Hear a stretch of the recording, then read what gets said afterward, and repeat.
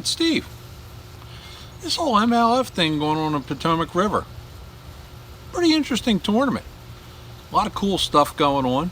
Not a lot of big fish. A lot of fish, just not a lot of big fish.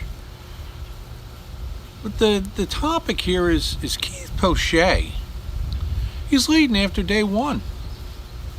But he has a giant mountain to climb. Would I like to see him win 2 in a row? Absolutely. By all accounts, Keith Poche is really a decent dude. But what is this giant mountain that Keith Poche has to climb that other anglers might not have to? You see, it's simple. It's the tide. Potomac River is tidal. Now you're going to say, well, the tide's the same for everybody. Well, that's not necessarily true. See, here's why. Depending on where you're fishing, and especially where Keith is fishing, where it's extremely flat, fish are able to get up into the grass and the pads and everything else to the point where you can't effectively reach them. Sure, you could reach them, but you can't effectively reach them. And the areas that I saw Keith fishing in, a lot of them are severely impacted by the high tide.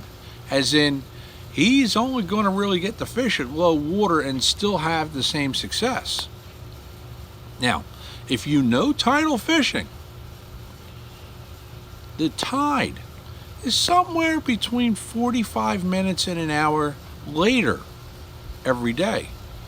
Which means if he caught fish at noon yesterday, he'll have that same tide sometime around 1 today, 2 tomorrow, 3 the next day, and so on. It's going to get to the point where he's going to have different fish. Now, my guess is, being the seasoned pro that Keith Poche is, he probably will have some other places to rely on, because this is definitely not his first time to the Potomac.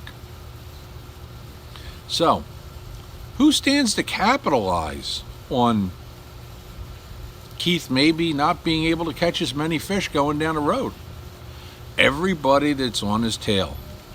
The guys that are fishing large grass beds, although the fish may scatter more, they'll still be able to reach them wherever they're at. The guys fishing hard targets, seawalls, docks, marinas, stuff like that. Sure, the tide does pull fish out away from the shallowest areas, but you can basically access those areas. So it's going to be really interesting to see how Keith does the rest of the week. For me, I hope he does good. Till next time, I'm Steve.